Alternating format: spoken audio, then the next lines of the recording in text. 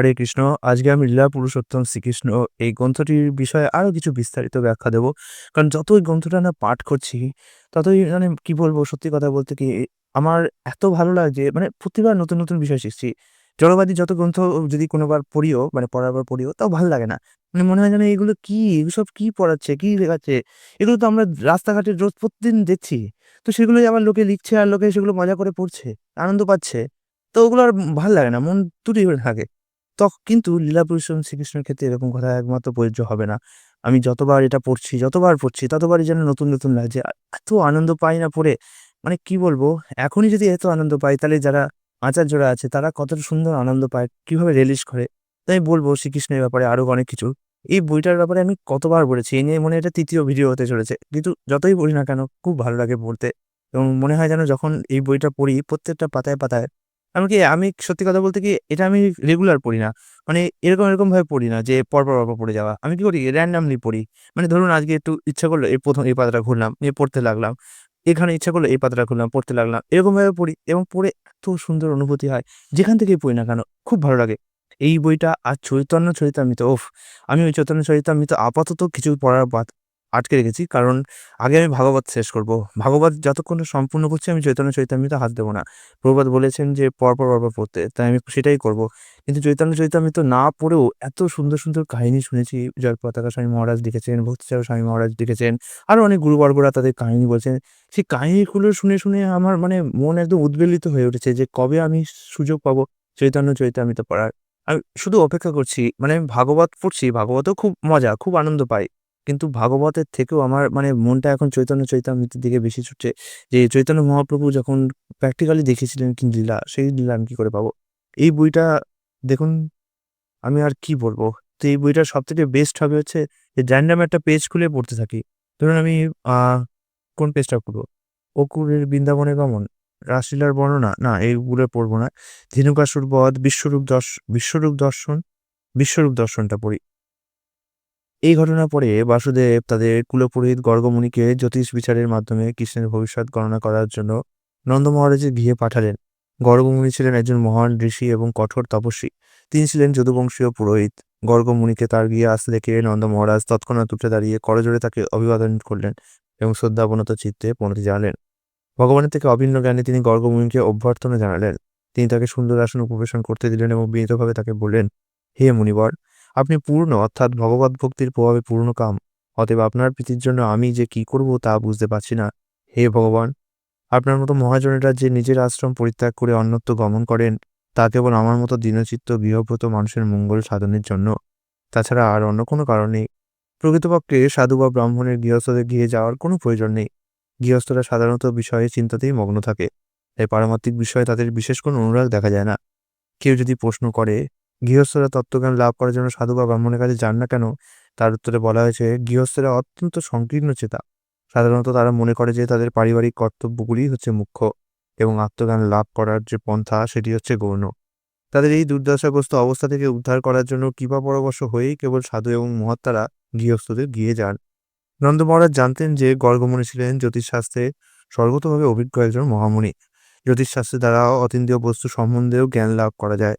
এই শাস্ত্রের বলে পূর্বজন্মকৃত কর্ম এবং বর্তমান জন্মের সেই কর্মের ভাবী ফল জানতে পারা যায় এবং অতি স্পষ্টভাবে ভবিষ্যৎ দর্শন করা যায়।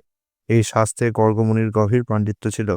নন্দ মহারাজ গর্গমুনিকে বললেন, আপনি ব্রহ্মজ্ঞদের মধ্যে শ্রেষ্ঠ এবং জাতিতেও আপনি ব্রাহ্মণ, তাই আপনি মনুষ্য মাত্রেরই গুরু। ব্রহ্মজ্ঞান বা পরম তত্ত্বজ্ঞান না থাকলে কাউকে ব্রাহ্মণ বলে গণ্য করা যায় না। এটা কিন্তু একটা ভালো ব্রহ্মজ্ঞান যদি না থাকে কেউ ব্রাহ্মণ হতে পারে না। আজকালকার কলিযুগে তো যাকে তাকেই বলে ব্রাহ্মণ এবং ব্রাহ্মণের পেট থেকে জন্মগ্রহণ করলে বা ব্রাহ্মণের পুত্র হলে তাকেও ব্রাহ্মণ মনে হয়। যেখানে পরিষ্কারভাবে স্পষ্ট বলা হয়েছে যে পরম তত্ত্বজ্ঞান না থাকলে কাউকে ব্রাহ্মণ বলে গণ্য করা যায় না। এই সম্বন্ধে শ্রীমদ্ভাগবতে ব্রহ্মবিদ্যাং শব্দটি ব্যবহার করা হয়েছে, যার অর্থ হচ্ছে যিনি ব্রহ্ম বা পরমেশ্বরকে যথাযথভাবে জানেন এবং অভিজ্ঞ ব্রাহ্মণ, ক্ষত্রিয় ও বৈশ্য আদি নিম্নতর বর্ণের সংস্কার সম্পাদন করে থাকেন। শূদ্রদের জন্য কোনো সংস্কারের বিধান নেই, তাই ব্রাহ্মণদের ক্ষত্রিয় এবং বৈশ্যদের গুরু বলে গণ্য করা হয়। নন্দ মহারাজ ছিলেন বৈশ্য এবং তিনি গর্গমুনিকে অতি উত্তম ব্রাহ্মণ বলে গণ্য করেছিলেন। তাই তিনি গর্গমুনিকে অনুরোধ করলেন তার দুই পুত্রের নামকরণাদি সংস্কার করার জন্য। তিনি স্বীকার করলেন যে কেবল এই দুটো শিশুই নয়, সমস্ত মানুষের কর্তব্য হচ্ছে ব্রহ্মজ্ঞান সম্পন্ন যথাযথ ব্রাহ্মণকে গুরুরূপে বরণ করা। পুরোটা পড়তে একটু সময় লাগে, তাই আমি একটুখানি পড়লাম। আরেকটি জায়গা থেকে পাঠ করি চলুন। আচ্ছা, তার আগে আপনাদের সুন্দর, সুন্দর ছবি দেখিয়ে দিই। কারণ এই ছবিগুলোই হচ্ছে প্রাণ। এই ছবিগুলো এত সুন্দর, এত সুন্দর। এই ঘন্টার পর ঘন্টা যদি এই ছবিগুলোর দিকে তাকিয়েও থাকি না, তাও মানে চোখ ব্যথা হয় না। কিছু, কিছু জানি ভগবানের প্রচুর ছবি আছে। কিন্তু কেন জানি না বিবিটির বা এই ইসকনের ছবিগুলো এত সুন্দর হয়েছে, যেন মনে হচ্ছে সত্যি, সত্যিই যেন ভগবান তাদের হাতে বিরাজ করছিলেন এবং তিনি চাইছেন যে আমার এরকমভাবেই সুন্দর করে ছবি কি সুন্দর লাগছে কৃষ্ণকে। অত্যন্ত অপূর্ব এই সুন্দর ছবিগুলো। যে ভগবান চুরি করছে। সাধারণত জড়জগতের লোকে যখন চুরি করে তখন তাকে ঘৃণা করা হয়। কিন্তু যখন ভগবান কিছু চুরি করেন, যেহেতু তিনি নিজের ঘর থেকে চুরি করছেন। একেই তার নিজের বাড়ি সবকিছু, তার নিজের তৈরি। কারণ কেউ তো কিছু তৈরি করতে পারে না। বৃন্দাবনে যতই বলুন না কেন সমস্ত কিছু ভগবান থেকেই এসছে। তো সবকিছু ভগবানের তৈরি। তো ভগবান নিজের জিনিসই নিজে নিচ্ছেন। চুরি তাকে বলা যায় না অ্যাকচুয়ালি। কিন্তু তবুও আপাতদৃষ্টিতে দেখা যাচ্ছে তিনি চুরি করছেন। তাও এই চুরিতে এত আনন্দ পান না। কারণ এই আপনি ভাববেন, বুঝতে পারবেন না। যখন কেউ বাচ্চারা চুরি করে না তখন মারা খুব আনন্দ পায়। যদিও কপট রাগ দেখায় কিন্তু যখন বাচ্চা এরকম দুষ্টুমি করে মারা আনন্দ পায়। যদি কোনো মাকে বলা হয় যে আপনাকে একটা জাদু মন্ত্র দেবো আপনার বাচ্চার সমস্ত দুষ্টুমি নষ্ট করে দেওয়া হবে। একদম ভেদা মার্কা চুপচাপ হয়ে যাবে। আপনি খুশি হবেন? কোনো মাই খুশি হবে না। মা চায় বাচ্চা একটু দুষ্টুমি করুক। কারণ এই দুষ্টুমিরও একটা আনন্দ আছে, আস্বাদনযোগ্য আনন্দ আছে। আজকালকার দিনে মা-বাবারা অবশ্যই এটা বুঝবে না। তারা তো সবসময় ফোন নিয়ে রিলসে ব্যস্ত থাকে। আর বাচ্চাকে অন্য কাজে ব্যস্ত করে দেয়। অথবা ফোন দিয়ে দেয় যে তুমি যা করার করো। কিন্তু আমাদের সময়কার দিকে আমরা যত দুষ্টুমি করেছি, আমাদের মনে আছে আমরাও খুব দুষ্টুমি করে আনন্দ পেতাম। আমাদের মা-বাবারাও মনে হয় দুষ্টুমি করে দুষ্টুমি দেখে আনন্দ পেতেন। তো এখানে ভগবানের খুব সুন্দর একটা ছবি রয়েছে। কি মিষ্টি দেখতে ভগবানকে। মানে এই বইটার কথা কি বলবো? এই ছবিগুলোই এত সুন্দর যে ঘন্টার পর ঘন্টা যদি এই ছবিগুলোই দেখতে থাকি না, তাও মানে তৃষ্ণা মেটে না, আঁশ মেটে না। এমন সুন্দর ছবিগুলো। বকাসুর বধ, অঘাসুর বধ, ভগবানের প্রত্যেকটা লীলার পুঙ্খানুপুঙ্খ সুন্দর ছবি রয়েছে। ভগবানের কি সুন্দর কমল নয়ন, কি সুন্দর তার মুখ। এই যে ভগবানের বিষ্ণুরূপ অপূর্ব সুন্দরভাবে প্রকাশ হয়েছে। ব্রহ্মা ব্রহ্মা এসে ভগবানের চরণ কমলে প্রণতি নিবেদন করছে। ভগবান বিভিন্ন অসুরদের বধ করেছেন। কিন্তু যখন ভগবান চৈতন্য মহাপ্রভু রূপে এলেন, তখন কিন্তু তিনি কোনো অসুরকে নিজের হাতে বা অস্ত্র দিয়ে বধ করেননি। হরিনাম নাম সংকীর্তনের প্রভাবে তাদের হৃদয়কে থেকে অসুর দূর করে দিয়েছিলেন, অসুর বধ করেছিলেন। কিন্তু সেটা হৃদয়ের অসুরকে। তাদেরকে সরাসরি বধ করেনি। এই যে কালীয় দমন, কালী প্রত্যেকটা লীলারই একটা না একটা মানে রূপ মানে কি বলবো? মানে উদ্দেশ্য আছে। যদিও এটা একটা হয়েছিল, এমন নয় যে এটা হয়নি। কিন্তু তা সত্ত্বেও কালীও হচ্ছে আমাদের মনের মধ্যে যত অহংকার আছে, সেই অহংকারের সর্পগুলো সহস্র, সহস্র অহংকার রয়েছে। সেগুলোর উপর যখন ভগবান পা রাখেন, তখন সেই অহংকারগুলো দমিত হয় এবং সেই কালীর মাথায় যখন ভগবান পা রাখছিলেন, তখন কালীর বুক থেকে বিষের বাষ্প বেরোচ্ছিল। সেই বিষের বাষ্প হচ্ছে আমাদের সমস্ত জড় কামনা বাসনা। যখন ভগবানের সেই চরণ কমল আমাদের মাথার উপর পড়ে, আমাদের অহংকারগুলোর উপর পড়ে, আমাদের প্রত্যেকটা জড় কামনা বাসনাগুলোর উপর পড়ে, তখন সেই জড় কামনা বাসনাগুলোর যে বিষ আছে সেগুলো দমিত হয়। তারপরে আসছে হচ্ছে ভগবান প্রলম্বাসুরকে বধ করছে। প্রলম্ব হচ্ছে আমাদের মধ্যে থাকা অহংকার। আমিই বড়, আমি সবচেয়ে বেশি। প্রলম্বও নিজেকে বিশাল বড় করে নিয়েছিল। কিন্তু ভগবান বলরাম গুরুরূপে, গুরুও এমনভাবে আসেন শক্ত হাত নিয়ে। তিনি একদম পুরো ঘুষি মেরে আমাদের অ্যাকচুয়ালি আমাদের মাথার মধ্যে মারে না। কিন্তু আমাদের যে অহংকারের যে অসুর, বিশাল বড় প্রলম্বাসুর, তাকে গুরুরূপে মানে বলরামজি যেমন দমন করেছে, তেমন গুরু আমাদের সেরকম অসুর রূপে আমাদের অহংকারকে চূর্ণ করেন। তারপরে হচ্ছে অগ্নি। এটাও আরেকটা ডেবিট করছে আমাদের যে আমরা যে তিতাব জ্বালায় দুঃখ পাচ্ছি। এই যে অগ্নি, সংসার রূপ অগ্নি আমাদেরকে জ্বালাচ্ছে। ভগবান সেই সংসার রূপ অগ্নিকে নিজের দিকে টেনে নিয়ে আমাদেরকে শান্তি প্রদান করেন। আরেকটা হচ্ছে পর্বত তুলে ধরেছেন। এটা ডিপিক্ট করছে যখন আমাদেরকে সংসারের দুঃখ, কষ্ট, জ্বালা বর্ষণ রূপে আমাদেরকে আঘাত করে, তখন ভগবান আমাদেরকে রক্ষা করার জন্য তার পর্বতরূপী লীলার মাধ্যমে আমাদের উপর সুরক্ষার ছত্র তুলে ধরে। ভগবানের ছত্রছায়ায় যারা থাকে তারা অত্যন্ত আনন্দ অনুভব করে।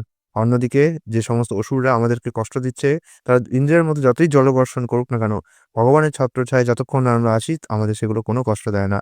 প্রত্যেকটা লীলার একটা ডিবেট আছে। আর এই যে আমাদের মধ্যে কেউ হয়তো বাৎসল্য রসে আছি ভগবানের সাথে। আমরা বুঝতে পারছি না আমরা বাৎসল্য রসে আছি। আমরা যখন ভজন করব, প্রাথমিকভাবে আমাদের ভগবানের যে ঐশ্বর্য রূপ সেটাকেই দেখা উচিত, সেটাকেই পুজো করা উচিত। মানে প্রাথমিকভাবে কেউ মনে করে না কৃত্রিমভাবে, "আরে আমার লাড্ডু গোপাল, আমার লাড্ডু সোনা।" আদর করে, বিস্কুট খাওয়ায়, খাটে নিয়ে থাকে, ঘুমায়। অথচ ভগবানের কথা শোনে না, ভগবানের ইয়ে করে না। তো এরা হচ্ছে সহজই আর উদাহরণ, ঠিক আছে? এরা ভক্তিকে অনেক সহজভাবে দেখছে। ভগবানের অবশ্যই আমরা ভগবান আমাদের পিতা তাকে আমরা অনেক রকমভাবে শান্ত, দাস্য, সখ্য, বাৎসল্য রূপে গ্রহণ করতে পারি। কিন্তু প্রাথমিকভাবে আমাদের ভগবানের শান্ত রূপে নয়, দাস্য রূপেই সেবা করা উচিত। এটাই আচার্যরা বলে গেছে। আগে তো দাস হও। এটা একটা স্টেপ বাই স্টেপ। শান্ত, দাস্য, সখ্য, বাৎসল্য, মাধুর্য। এটা স্টেপ বাই স্টেপ। আগেই মাধুর্য বা বাৎসল্যতে আমাদের ডাইরেক্ট জাম্প করা উচিত নয়। আগে ভগবানের শান্তরূপে তো সেবা অনেক করেছি। শান্তরূপে আমরা সেবা করতে পারব না। কারণ শান্তরূপে মানে কোনো অ্যাক্টিভিটি হচ্ছে না। কারণ বৃন্দাবনে জল, বৃন্দাবনে পাথর, বৃন্দাবনে আকাশ, মেঘ এরা শান্তরূপে আছে। এমন নয় এরা ভগবানের সেবা করছে কিন্তু ডাইরেক্ট অ্যাক্টিভিটি করছে না। মানে ভগবানের সাথে লীলা আদান-প্রদান অতটা হচ্ছে না, সম্ভব হচ্ছে না। যতটা একটা মা যশোদা করছে কিংবা যতটাই গোপ বালকরা করছে। তো এরপরে স্টেপ হচ্ছে দাস্য। এই দাস্য রস থেকে অ্যাকচুয়ালি ভগবানের সেবা শুরু হয়। হনুমানজি দাস্য রসে আছে, প্রহ্লাদ মহারাজ দাস্য রসে আছে। দাস মানে কিন্তু খারাপ না। দাস মানে আমি প্রভু হিসেবে স্বীকার করেছি এবং আমি তাকে স্বীকার করছি। জড়জগতে কেউ যদি কারো দাস হয় তাহলে সে সুখী নাও থাকতে পারে। কিন্তু ভগবানের দাস হওয়া গর্বের ব্যাপার এবং এতে এত সুখ পাওয়া যায়। দাস শব্দটা আমাদেরকে শিখিয়েছে দাস মানে কি তার সবকিছু চলে গেছে। কৃতদাস হয়ে গেছে। সত্যি তো আমাদের সবকিছু চলে গেছে। যে আমাদের কি আছে? ভগবানই সবকিছু আমাদের দিয়েছে। আমরা সেগুলো জাস্ট একটা উপভোক্তা হিসেবে পালন করছি। আমাদের কি কিছু আছে? দাসের যেমন কিছুই নেই, তেমন আমাদেরও মানা উচিত যে হ্যাঁ, আমাদের কিচ্ছু নেই। সবকিছু ভগবান দিয়েছে বলেই আমরা এগুলোকে পাচ্ছি। সেই দাস্য রূপ থেকেই দাস্য রস থেকে সেবা শুরু হয়। তো ভগবানের দাস্য রস থেকে দাস্য রূপ থেকে সেবা করতে আমরা আস্তে, আস্তে উন্নত স্তরে যেতে পারি। যদি আমাদের দাস্য রসেই ভালো লাগে তাহলে আমরা দাস রূপে ভগবানের সখা হতে পারি। ঠিক আছে? কিন্তু যদি আমাদের আরো উন্নততর চেতনা আছে, আরো উন্নততর সেবা করার ইচ্ছা থাকে, এমন নয় যে এই যে দাস্য রস থেকে এর থেকে এটা খারাপ, এটা এরকম কোনো চিন্ময় জগতে এরকম কোনো ডুয়ালিটি নেই। যে দাস্যরস খারাপ তারপরে বাৎসল্য রস আর ভালো। কিন্তু রসের একটা আছে, কি বলবো? একটা স্তরভেদ আছে। যে দাস্যরস থেকে আরো বেশি হলে উচ্চ রস হচ্ছে শান্ত, দাস্য, সখ্য রস। তারপরে সখ্য রসের থেকে আরো বড় হচ্ছে কি বাৎসল্য রস। তার থেকেও আরো বড় হচ্ছে মাধুর্য রস। যে জন্য ভগবানের সর্বোচ্চ এই যে মাধুর্য রস সেটাকে ভগবান ব্রজগোপিকারে দিয়েছিলেন। কারণ যে রামায়ণে শুনেছি একটা কাহিনী আছে, সেখানে ১,০০০ ঋষি তারা বলেছিল যে ভগবানের সবথেকে উন্নততর প্রেম রস আমরা আস্বাদন করতে চাই। কিন্তু তখন তারা কি করবে? ভগবানের সাথে দাম্পত্যতে যেতে পারবে না। কারণ রামচন্দ্রজি শুধু সীতা দেবীকে বিয়ে করতে প্রস্তুত ছিলেন। তখন হনুমানজি তাকে আশীর্বাদ দেন যে, "তোমরা পরবর্তীকালে দাপরে যখন ভগবান আসবেন, গোপীরূপে জন্মগ্রহণ করবা এবং এই সর্বোচ্চ রস তোমরা আস্বাদন করতে পারবা।"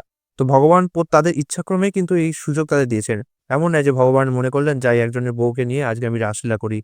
অনেকে এইভাবে ভাবে যে ভগবান হয়তো প্রেমে কামুক, তাই জন্য তারা রাসলীলায় অংশগ্রহণ করছে। না, ভগবান কামুক ব্যক্তি নয়। তিনি কামুক ব্যক্তি যদি হতেন তাহলে লক্ষ্মী দেবীও তো রাসে ঢুকতে চেয়েছিলেন। ভগবান তাকে মানা করলেন কেন? তিনি যদি কামুক ব্যক্তি হতেন তাহলে তো লক্ষ্মী দেবীকেও ঢুকিয়ে দিতেন। ঠিক আছে? কিংবা মহাদেব যিনি শিবজি তিনি না পরম বৈষ্ণব, তিনি শুদ্ধ হয়েছে। তিনি পর্যন্ত এই রাসলীলাতে ঢুকতে চেয়েছেন। তো এমন একটা জিনিস যদি খুব কাম বিষয় হয় যেখানে নোংরামি হচ্ছে, তাহলে মহাদেব কেন সেখানে ঢুকতে চাইবে গোপেশ্বর মহাদেব রূপে? তো রাসলীলাকে যেভাবে বর্ণনা করা হয় বা যখনই মানুষজন কিছু করে না, লোকে বলে, "ও বৃন্দাবন লীলা করতে চাও?" এইভাবে তারা কি করে ভগবানের লীলাকে অপশ্রদ্ধা করে আমি বুঝতে পারি না। বৃন্দাবন লীলা এরকম বলা উচিত নয়। ভগবানের যে রাসলীলা সেটা কিন্তু কোনো কামলীলা নয়। জড়জাগতিক বিষয় নয়।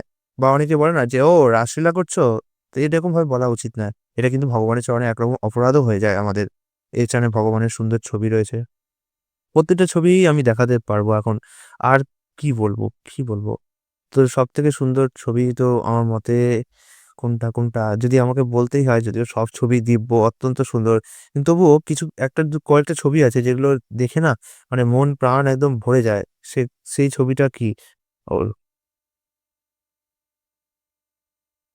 আচ্ছা, দেখি আর কি আছে? হ্যাঁ, এই ছবিটা। আমি বলব এটাই সবথেকে সুন্দর। যেখানে ভগবানকে বোকা বানাচ্ছে। তাকে বোকা বানাতে কে পারে? ভগবান নিজের ইচ্ছাক্রমেই বোকা হয়। দেখুন, ভগবানকে ফুল খাওয়াতে চাইছে আর ভগবান চোখ বন্ধ করে খাচ্ছেন। মানে এই ছবিটা যখন দেখেছিলাম মানে চোখ দিয়ে জল বেরিয়ে এসেছিল। মানে আপনাদেরও যদি এই ছবিটাকে কনটেম্প্ট করেন, ভালো করে ভাবেন, দেখেন, তাহলে চোখ দিয়ে জল বেরিয়ে আসবে। আর এই ছবিটা তো অত্যন্ত সুন্দর যেখানে ভগবান আঙুল দিয়ে ধরে আছেন খাতা। হল আজকালকার দিনের লোকে বিশ্বাস করবে না এইসব কাহিনীগুলো। তারা এগুলোকে সব কল্পকাহিনী বলে মনে করে উড়িয়ে দেওয়ার চেষ্টা করে। আর এই যে ভগবান সবাইকে প্রসাদ খাওয়াচ্ছেন।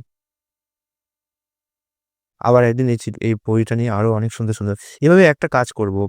কখনো যদি ইচ্ছা হয় একটা করে পাঠ করতে শুরু করব। কারণ পাঠ করতে এত আনন্দ পাওয়া যায়, সেই আনন্দ যখন শেয়ার করি না তখন আরো ভালো লাগে। হরে কৃষ্ণ।